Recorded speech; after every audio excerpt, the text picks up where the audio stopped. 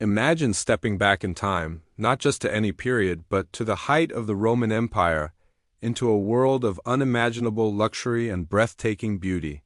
That's exactly what archaeologists are doing right now, and they've just uncovered something truly spectacular. We're talking about the Villa di Poppea, a grand estate frozen in time by the catastrophic eruption of Mount Vesuvius in 79 CE. This villa, perched near modern-day Torre Annunziata, is believed to have belonged to none other than Poppaea Sabina, the second wife of the infamous Emperor Nero. For centuries, this villa has been a treasure trove for historians and art lovers. But a recent excavation has unveiled a series of frescoes so stunning, so vibrant, that they rewriting what we thought we knew about Roman art and the opulent lifestyle of its elite. These aren't just decorative paintings. They're windows into the soul of ancient Rome, showcasing a level of detail and sophistication that rivals even the most celebrated artworks from Pompeii and Herculaneum. Join me today as we peel back the layers of volcanic ash and explore these newly discovered masterpieces, uncovering the stories they tell about power, wealth, and the exquisite taste of an empress. The Villa di Poppea is no ordinary Roman house. It's a sprawling maritime palace, an architectural marvel that once boasted panoramic views of the Bay of Naples. When you walk through its ruins today, even buried as it is, you can feel the grandeur. We're talking about dozens of rooms, private gardens, and a massive swimming pool. This wasn't just a home. It was a statement. Built around the middle of the 1st century, BCE, its sheer scale and the quality of its decorations have long pointed to imperial ownership. The connection to Poppaea Sabina, while not definitively proven with a signed document, is overwhelmingly supported by historical evidence.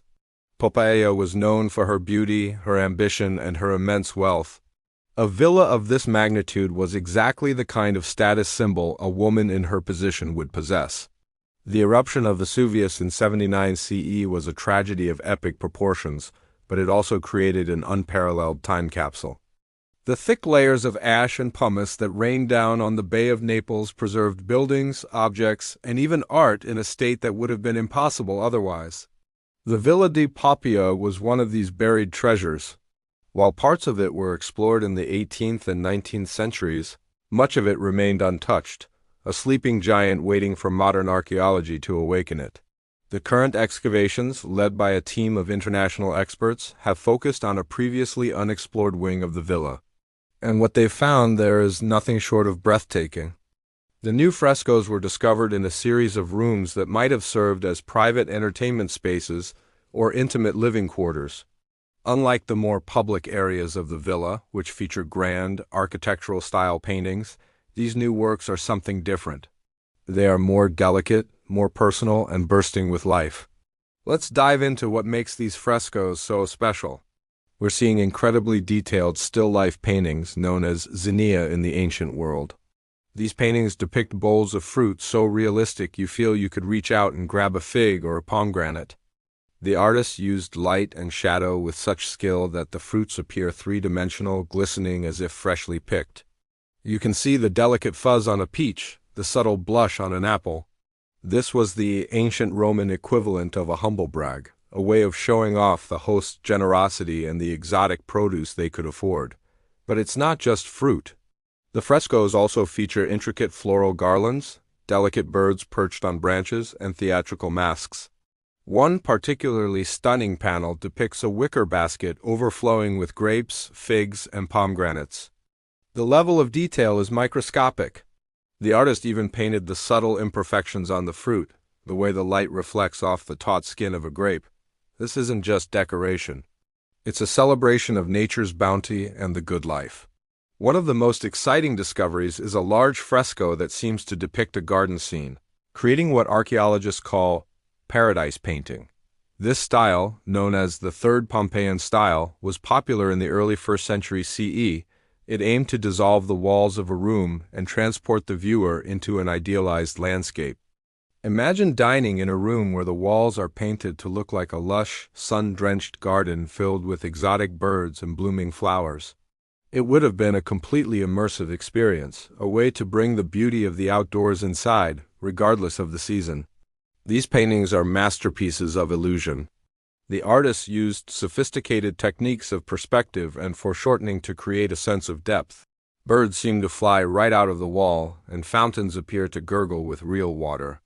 The colors are what's truly astonishing.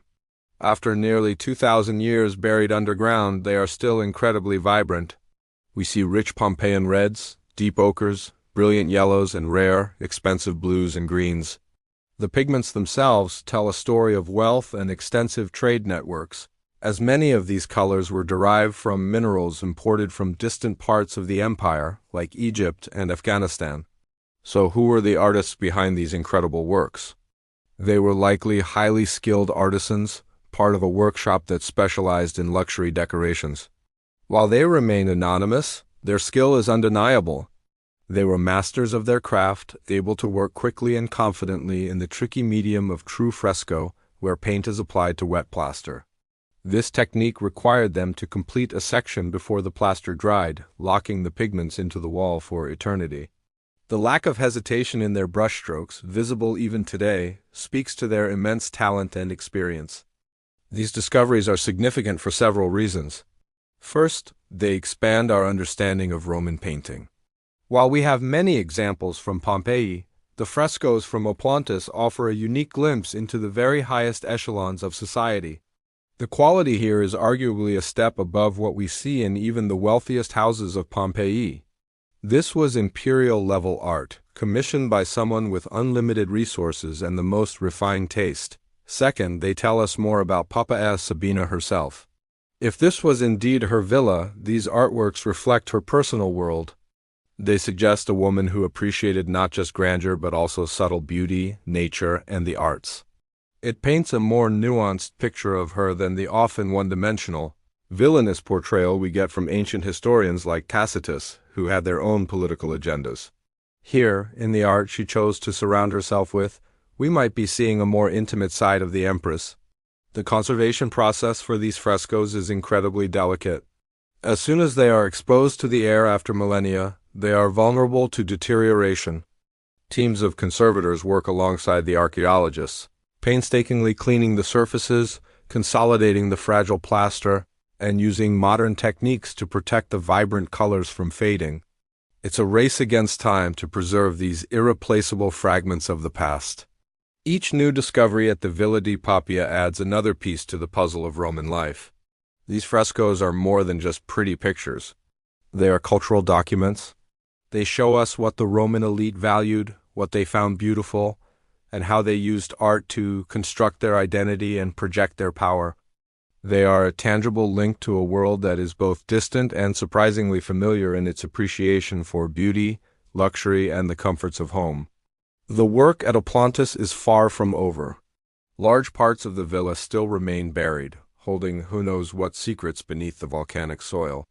Each excavation season brings the potential for new, game-changing discoveries. Will we find more rooms, more artworks? Perhaps even an inscription that definitively links Poppea to the villa once and for all? That's the thrill of archaeology. These newly unearthed frescoes are a powerful reminder that history is not a closed book. It's a living, breathing field of discovery, where a fragment of painted plaster can completely change our perspective. They allow us to connect with the people of the past on a human level, to stand in their rooms and see the world, for a moment, through their eyes. The beauty they created has miraculously survived one of history's most violent natural disasters, waiting patiently for us to find it and share its story. It's a story of opulence, artistry, and the enduring power of beauty to transcend time. Thank you so much for joining me on this journey back to Imperial Rome. If you found this as fascinating as I did, make sure to like this video and subscribe to the channel for more deep dives into the incredible discoveries that are bringing our ancient past back to life. Let me know in the comments what you think is the most amazing part of these new frescoes. See you next time.